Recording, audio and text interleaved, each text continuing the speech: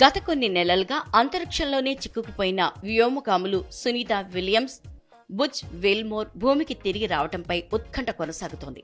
కేవలం 8 రోజుల మిషన్ కోసం జూన్ 6న ఐఎస్ఎస్ కు వెళ్లిన వీరిద్దరూ వ్యోమ నౌకలో హీలియం లీకేజ్ కారణంగా దాదాపు గత 8 నెలలుగా అక్కడే గడపాల్సి వచ్చింది. అటు నాసా అధికారులు, స్పేస్ ఎక్స్ ఇంజనీర్లు వీరిని తీసుకురావడంపై ప్రతిసారి ఒక కొత్త తేదీని ప్రకటిస్తున్నారు.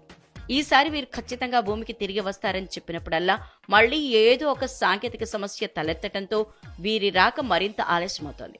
దీంతో ఈ ఇద్దరు వ్యోమగాములు భూమికి తిరిగి ఎప్పుడొస్తారో తెలియట్లేదు. అయితే తాజాగా వచ్చిన నివేదిక ప్రకారం వీరిద్దరూ షెడ్యూల్ కంటే ముందుగానే భూమిపైకి రావచ్చని తెలుస్తోంది.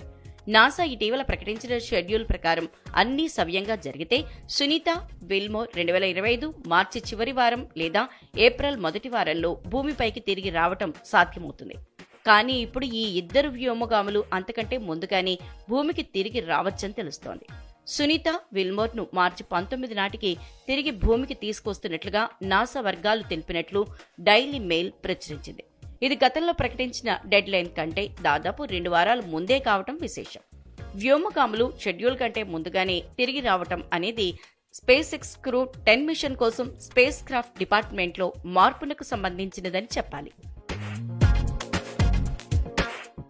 అంతరిక్షంలో చిక్కుకుపోయిన వ్యోమగాములు సునీత విల్మోర్ ను సురక్షితంగా భూమి మీదకు తీసుకురావాలని అమెరికా అధ్యక్షుడు ట్రంప్ తమ సాయం కోరినట్లు స్పేస్ ఎక్స్ అధినేత ఎలన్ మస్క్ అన్నారు. త్వరలో ఈ పని పూర్తి చేస్తామని ఎక్స్ లో పోస్ట్ చేశారు. ఇప్పుడు ప్రభుత్వం స్పేస్ ఎక్స్ సహకారంతో సునీత విలియమ్స్, విల్మోర్ ను వీలైనంత త్వరగా భూమికి తీసుకొచ్చే దిశగా చర్యలు వేగవంతం చేసినట్లు తెలుస్తోంది.